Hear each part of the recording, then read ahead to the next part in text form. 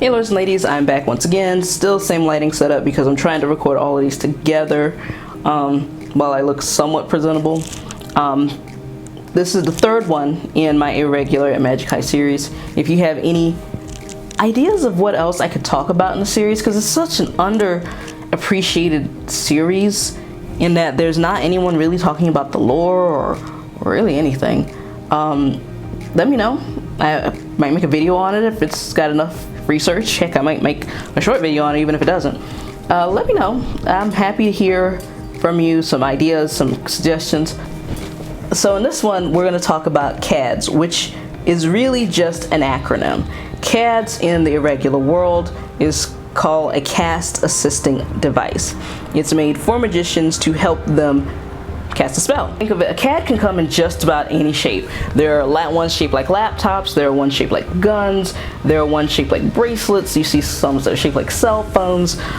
Really, if you wanted to kind of be the type of person, Harry's wand from Harry Potter is a CAD. It's a cast assisting device.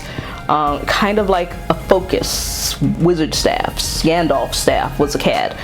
That type of thing.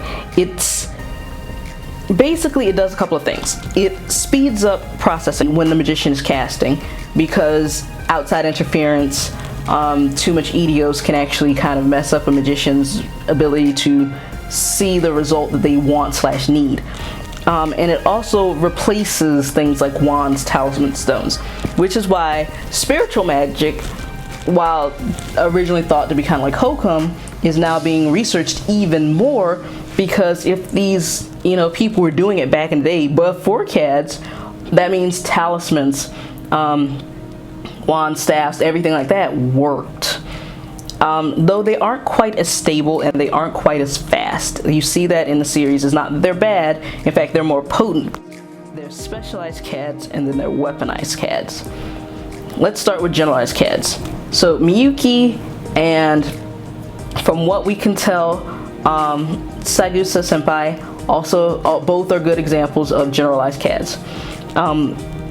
They can store up to 99 activation sequences. Think of it as 99 spell circles, okay? And it doesn't care about what system of magic. It doesn't care if it's vibrational. It doesn't care if it's oscillation.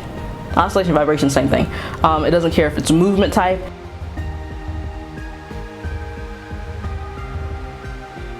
It doesn't care what type of magic circles it stores. It can store 99 of them. But this puts more burden on the user of the CAD. So you cell phone and I can type in the number, or I have a bracelet that has a number pad on it and I type in all the numbers, and then I have to fill in everything else. Then you have specialized. These are faster than generalized. They are limited with their activation sequences. We're looking at only 9 types, and it can only be from one system of magic. Weaponized CADs, which literally only hold one activation sequence, like one. So Leo, his is fortification. That glove he has, which is a CAD, only can do fortification. That's it. Nothing else, nothing more. Erika. Lord, why was I drawing a blank on her name? Erika's initial CAD that she uses in like the first or second episode, I think it's the first episode, maybe second episode, literally is one I would consider a weaponized, because it only has one sequence in it. Some of her later ones I do think are weaponized as well, but other ones that she's used, like in the movie, look like they would technically be kind of like a weird cross between generalized and weaponized. Just because you have a CAD does not mean you can use magic.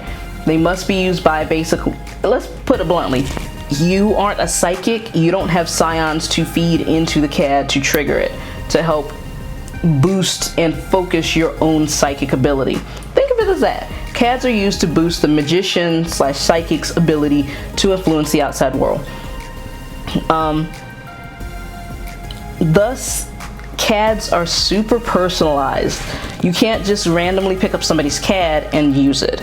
It doesn't really work that way.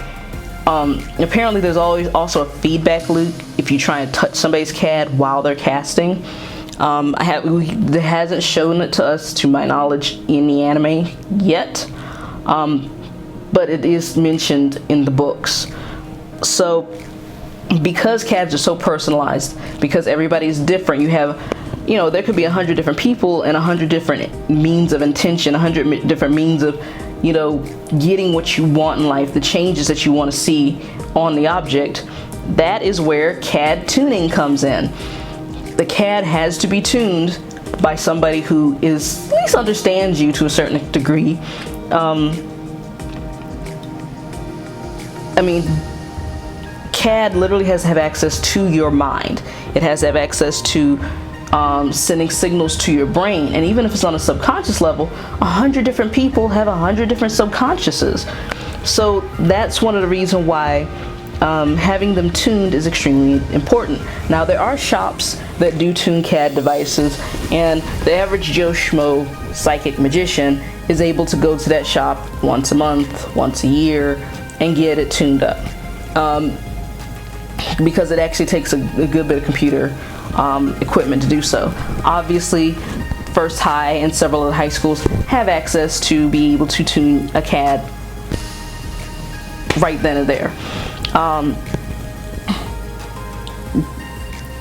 And some very wealthy families can tune CADs at home and have somebody who's able to do it. And if you are really good at tuning CADs, you are almost guaranteed that a family would love to have access to you. Another reason why Tatsia is very impressive. Now, if a CAD is not tuned well enough to the user, the CAD will actually cause feedback, things won't work, spells may just never manifest, or they may manifest wrong. And it really severely, at the very least, slows down a caster's speed, because they're basically fighting with the device that's supposed to be aiding them. So basically, the CAD converts your psychic, the magician's psychic signals to produce a spell circle. Let's just call it a spell circle. They call it an activation sequence. I'm visual. It's easier for me to think of the activation sequence as a spell circle. It converts your psychic signals into a spell circle, which you can then fill, which that calculation area fills in the variables of everything that you want to happen, because it goes back down to the lowest level of consciousness to be projected onto the outside world. And that's why a CAD is so important. It is not necessary, because if you have enough brute force magic ability, you can do certain things, maybe not very cleanly without a CAD, but you can. And if you have specialized abilities, you may not need a CAD to do certain things. There are also ways around a CAD, but I would have to talk about that in another video. The CADs aren't necessary because you have ancient magicians who are able to do that as well. It was maybe not the easiest thing, but they were able to do it. We even see one of Tatsia's instructors do it. We see Tatsia do it on his own. And basically what it is either you have a ancient sequence or an ancient means of doing it, such as talismans, wands, staffs, anything similar to that, or you literally have an innate magic skill, which is usually I hate to say you're a one-trick pony magician or psychic, but you kind of are. That's not necessarily a bad thing, because whatever you do it really well. Or if you do it without it, and you are pretty powerful and you can do several ones, it's usually kind of messy. I like to go back, Miyuki's tendency to go ballistic whenever her brother is being flirted with or whatever. Her interference magic is redonkulous, and that's why she freezes things, because that's what she specializes in. Gonna do these 3 for now, and then if you want to know about the different types of magic and for me to go over them, I can. I don't mind. I just thought that I would like to make this 3-part series for maybe somebody who never quite understood the series, or people who are getting into the series. And I'll try to cut these down to be kind of somewhat shortish, because I really want you to just enjoy the series. I like going into these things. I like learning about the lore. I like learning about the world. And I really like to appreciate writers who took their time to build a world that is well thought out. I love good writing, and this series has a lot of good writing. I am hoping that the next animation company that takes over to it has equally good writing. The source material is very good. I do highly suggest the light novels if you are a reader. You won't be disappointed. But I digress. I'm not going to go on any further because I could ramble about writing. I'll talk to you lords and ladies later. It has been great to be back. I just want my stuff to work and life to get out of the way. I will talk to you later. Bye.